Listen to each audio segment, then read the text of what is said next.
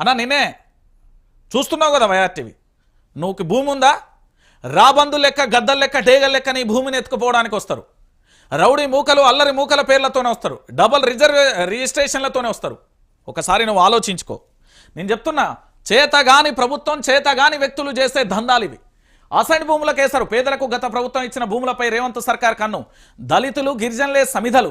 ఎందుకంటే లగచర్య దుద్యాల ఇండస్ట్రియల్ కారిడార్కు 1500 ఎకరాలు, గిరిజనులు దళితుల భూములే అత్యధికంగా 1500 ఎకరాలు అవుట్. తిమ్మాపూర్లోని ఇండస్ట్రియల్ పార్కు 567 ఎకరాలు, ఇందులో మొత్తం దళితుల భూములే. రెండో అంశం. మూడోది మంచిర్యాల పారిశ్రామికవాడ, ఇది 276 ఎకరాలు, ఇందులోనూ దళిత భూములు ఎక్కువ. ఇక భీమవరం మండలం సూరమ్మ ఆ చెరువు కుడి కాలువ పలిమెలలో సిమెంట్ ఫ్యాక్టరీకి సేకరించే వాటిలోనూ అసైన్డ్ భూములే. ఇక సిద్దిపేట జిల్లాలో ఇండస్ట్రియల్ పార్కు 124 ఎకరాలు, ఉస్నాబాద్ అక్కన్నపేటలో సంబంధించిన భూముల సేకరణ కూడా జరుగుతున్న పరిస్థితి కనబడుతుంది. ఏంటి అంటే ఇక్కడ బడుగు జీవుల భూములే లక్ష్యంగా ప్రాజెక్టులు, నిధులు వెచ్చించలేక పేదల భూములు పరంగా బడా వ్యాపారుల ప్రయోజనాలకే సర్కార్ పెద్దపీట. నిన్న లగచెల్ల మంచిర్యాల తిమ్మాపూర్, నేడు రంగారెడ్డి సిద్దిపేట జిల్లా భూములకు పొగ. ఏంది అంటే పొగ. గ్రీన్ఫీల్డ్ రేడియల్ రోడ్లు పారిశ్రామిక వాడలు, నోటిఫికేషన్ల జారీ, పేదల భూములే ఎక్కువ. పేదల భూముల జోలికి వస్తే జోలికి వెళ్ళని కాంగ్రెస్ ప్రభుత్వం పెద్దల భూముల జోలికి వెళ్ళలే.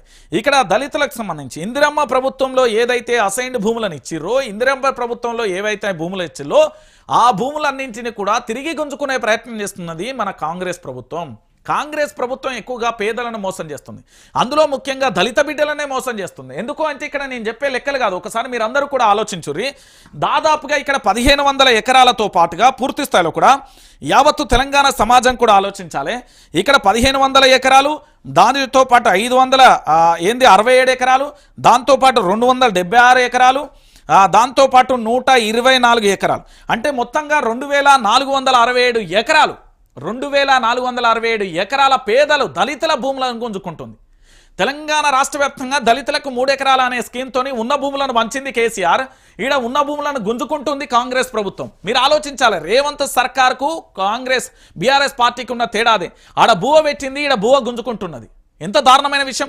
దాదాపుగా తెలంగాణ రాష్ట్ర వ్యాప్తంగా ఇప్పటి వరకు 2467 ఎకరాల భూమిని దళితుల భూములని కాంగ్రెస్ పార్టీ లాక్కుంటుంది. మరి ఈ విషయంలో ఏం చేస్తారు, ఎట్లా అనేది తెలంగాణ ప్రాంత ప్రజలందరూ కూడా ఆలోచించాల్సిన విషయమే.